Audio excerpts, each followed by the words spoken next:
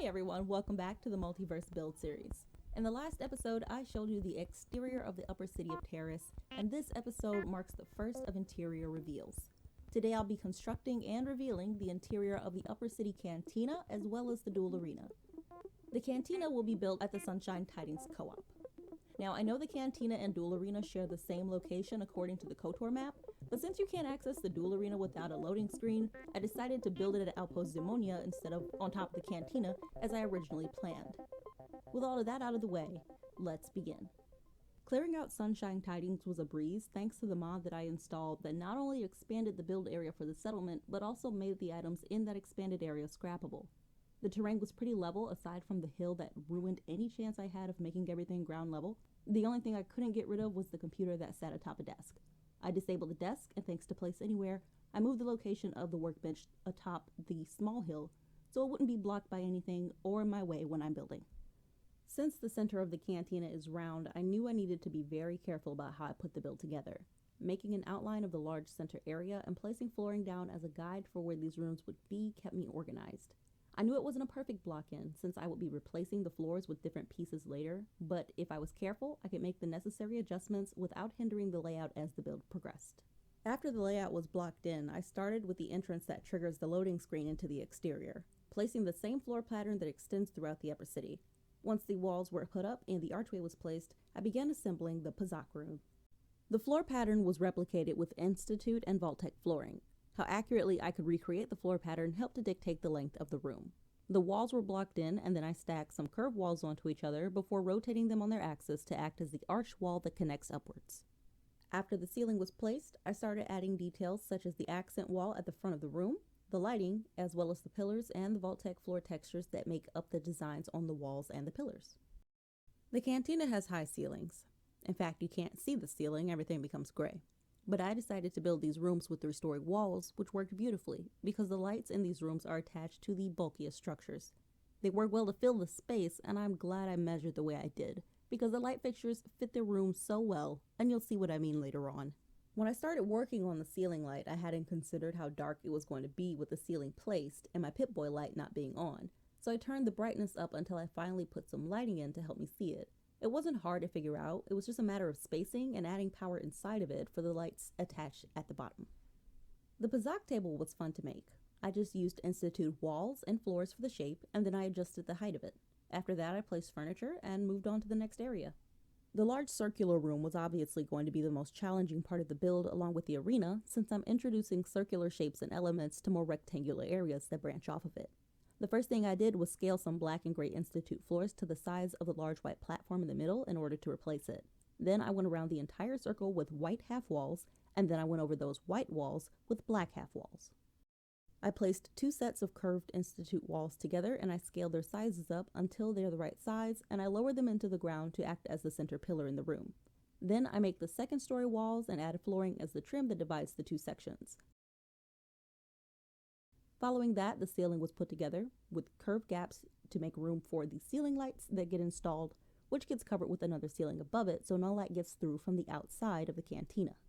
Once the room itself was built, it was time to carve away at its structure to make the doorways into other areas and to make the wall details. I also placed some carpet with a nice pattern along the floor and covered the walls with the Vault-Tec floor pattern for texture after placing all the neon signs on the walls and center pillar. When it came time to assemble the doorways in other areas, I decided to use the information walls as lights because the lights in the hallways are small, and I'm really glad I used these instead of using lights and spending all that time flipping them around on the axis and copying them for every single angle. It looks and feels much more like the reference this way. Since I finished the doorways, I decided to map out the floor plan for the other 3 rooms and then go back and add the walls. I built the dual viewing room after that. Just as before, I add walls, an accent wall, pillars, floor lights, and wall textures before closing off with the ceiling and beginning work on the custom floor pattern and light fixture. Once again, I use the information walls as the lights in this fixture. Such a good look and time saver. The only thing left was to add furniture to the room. I also attempted to make my own hut using a Far Harbor gulper. You'll see the final result at the end of the video. It looks absolutely horrifying, but I do leave it there to fill the space as its unique item.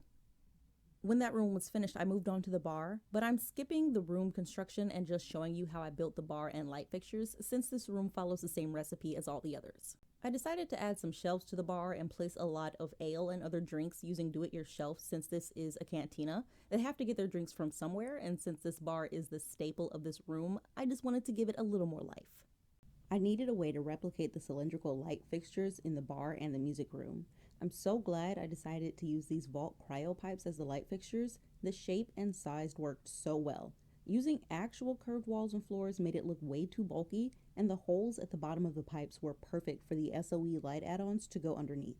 Alright, we're in the music room now, and I'll just be showing you how I built the stage and the lighting.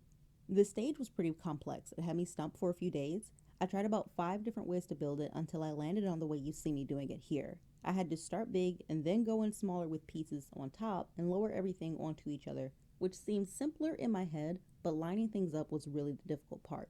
I borrowed some lighting from the bar to put it in here next to the stage and added lights that shine above the performers as well as the lights below the stage. It was time to do the final room, the duel arena.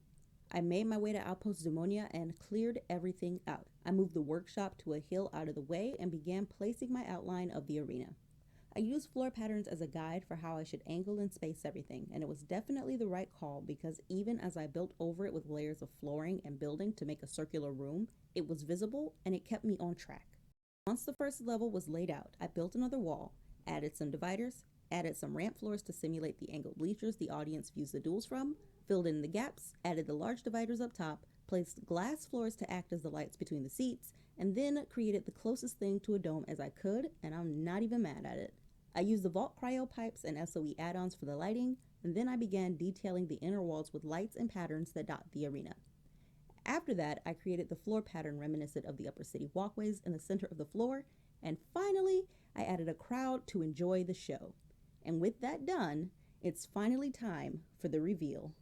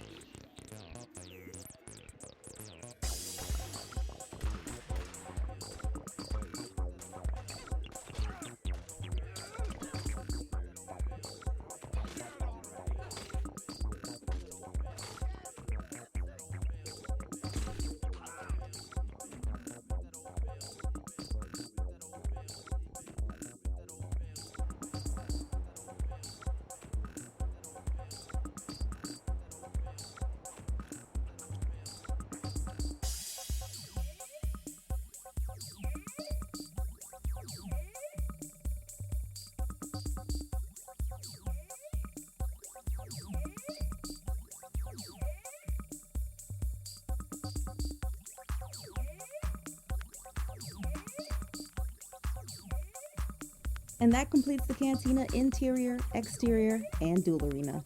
Let me know what you guys think in the comment section and get ready for the northern and southern apartments up next. They're basically the same build, so I'm not sure if I'll record the building part for both, but I will film the reveals of both.